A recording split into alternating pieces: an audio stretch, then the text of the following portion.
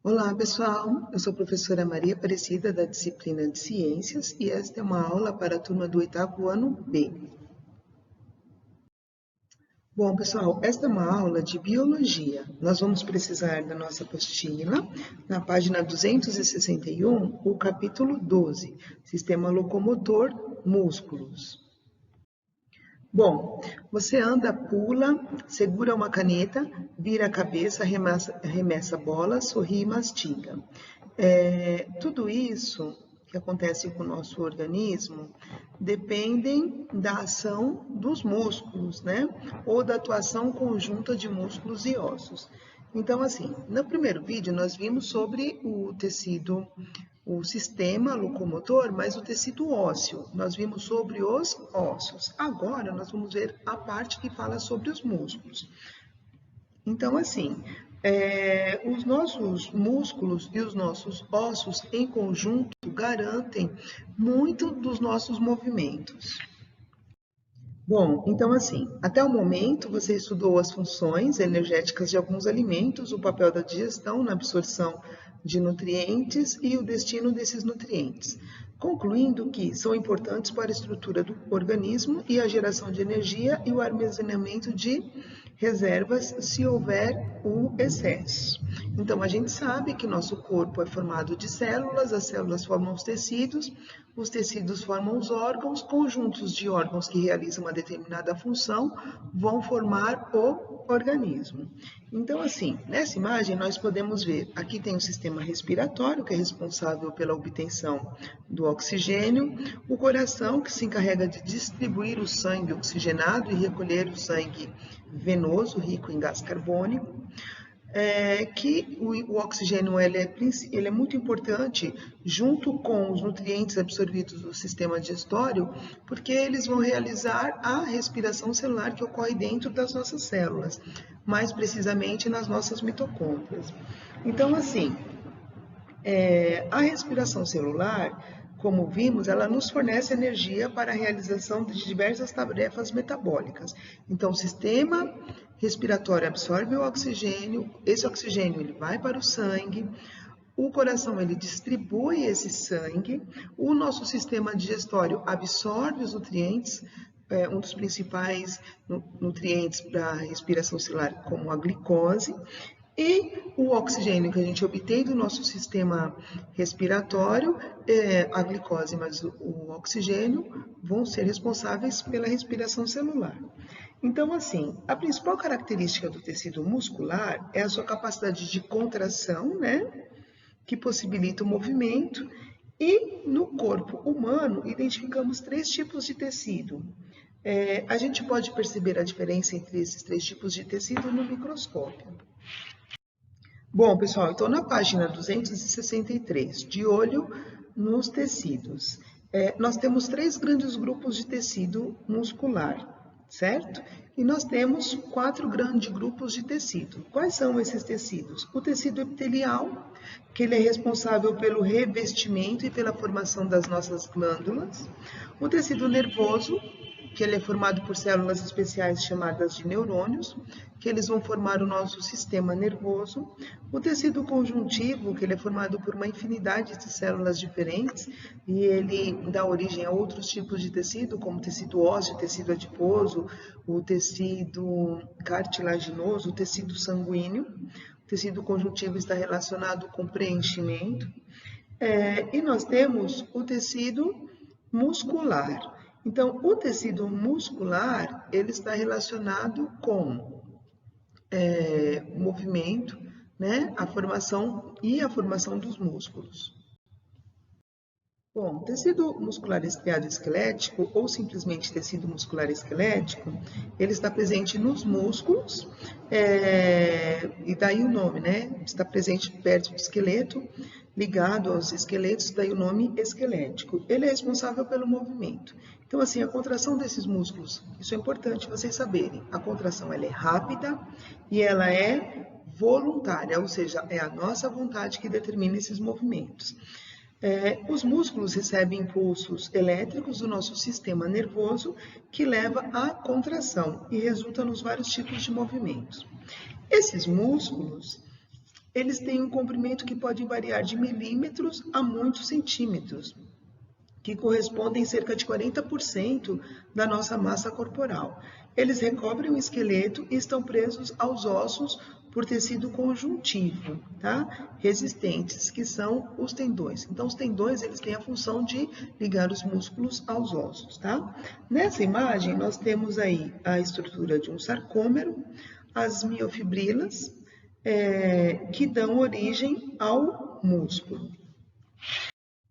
Bom, na página 265, nos fala, o tecido muscular apresenta uma organização própria em feixes, cada um formando fibras musculares. As fibras musculares são longas, células cilíndricas com vários núcleos, tá? Essas células contêm grande quantidade de filamentos longitudinais, isto é, ao longo delas, chamadas de miofibrilas, que estão organizadas em estruturas contráteis, formadas por proteínas, os sarcômeros. É justamente esse arranjo, né, que parece um elástico desses sarcômeros que promove o movimento. Então, assim, o que é o sarcômero? O sarcômero ele é considerado por muitos cientistas como a unidade funcional da contração.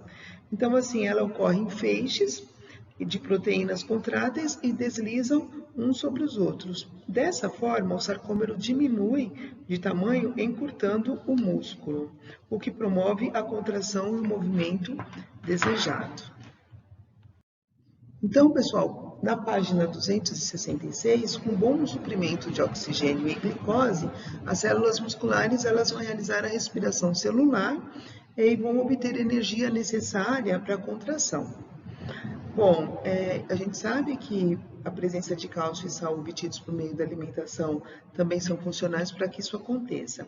Na falta do oxigênio, os músculos esqueléticos, eles podem realizar a fermentação láctica, que a fermentação láctica é o meio menos eficiente de também se obter energia. Então, no caso de necessidade, né, de se obter energia, e quando a respiração celular só não é suficiente, é possível que haja a fermentação láctica, que é uma forma de se obter energia também.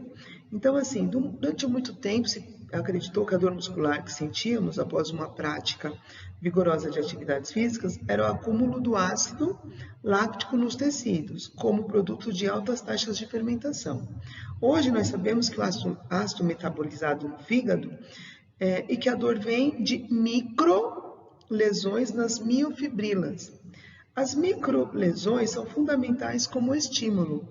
Bom, então assim, é o que nós chamamos de fadiga muscular. Então, são essas microlesões que acontecem nesse tecido que causa a dor. Bom, de olho, músculos e bombas. Uma atividade muscular vigorosa, como o levantamento de peso, aumenta o número das miofibrilas e, consequentemente, o diâmetro das fibras musculares do próprio músculo, mas não ocasiona um aumento do número de células musculares entre si. A hipertrofia muscular, ou seja, o crescimento do músculo, aumenta tanto na força quanto no mecanismo responsável por nutrir os músculos. Algumas pessoas, para desenvolver esses músculos mais rápido e com mais efeitos, usam as chamadas bombas esteroides, que são anabolizantes, né? Compostos principalmente de hormônios masculinos. Esse tipo de substância pode causar problemas nos rins, no fígado e a falta do desejo sexual, diminuição na produção de espermatozoides. A única forma de produzir músculos bem definidos é por meio de estímulos, nesse caso, a repetição desses exercícios de maneira correta. Bom, pessoal, interessante a gente aprender que os músculos funcionam de maneira antagônica, ou seja, que os músculos eles funcionam de maneira contrária. Então, enquanto um músculo se contrai, o outro músculo relaxa. E aí, na página 268, a gente pode ver bem como isso acontece. Então, ao contrair o músculo capaz de puxar o osso, e assim em conjunto o músculo e o osso fazem o movimento. Então, ao contrair o músculo, tá? Esse vai puxar o osso. Porém, o osso não volta para o lugar sozinho. Então, ele também precisa ser puxado. Então, um músculo antagônico, ele faz esse papel. Veja como isso funciona nessa figura. Então, na imagem, vocês podem ver o bíceps relaxado, enquanto o tríceps, o músculo de baixo do braço, está contraído. Quando o bíceps é contraído, o tríceps é relaxado. E também nessa página nós podemos ver alguns tipos de músculo que nós temos no nosso corpo, como o esternocleistomastóide, o masseter, o bíceps, o peitoral maior, reto do abdômen, entre outros. Bom, pessoal, o músculo cardíaco. O músculo cardíaco, ele apresenta estrias, como o músculo estriado esquelético. Então, o músculo estriado esquelético, ele apresenta estrias, a gente pode verificar isso em uma lâmina, né, no microscópio. E o músculo estriado cardíaco, ele também apresenta estrias. A diferença é que no músculo estriado esquelético, a ação é voluntária, ou seja, depende da minha vontade. Já no músculo estriado cardíaco, a ação é involuntária. Então, assim, eles são responsáveis, né, por esse tipo de músculo cardíaco pelo batimento do coração, que é de contração rápida, rítmica e involuntária. Em um exercício de relaxamento, você pode verificar que a frequência dos batimentos cardíacos cai, mas que numa atividade física, essa frequência aumenta, tá? Então, assim, nós sabemos que essas estrias do músculo também são a visualização do arranjo de proteínas, que são os sarcômeros.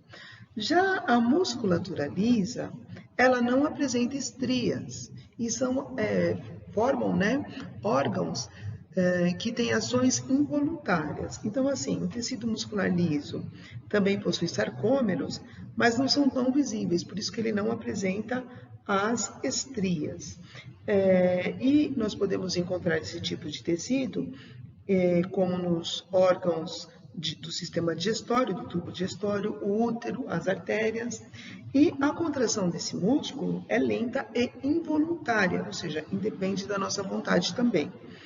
Ou seja, não ocorre por nossa vontade. Suas células são fusiformes, ou seja, em forma de fuso. Elas são alongadas e apresentam um único núcleo. Bom, pessoal, neste capítulo nós vamos fazer os testes da página 270, o teste 1 e 2, e nós vamos também fazer os exercícios do em casa, o exercício 1 e 2. Bom, pessoal, por enquanto é só isso.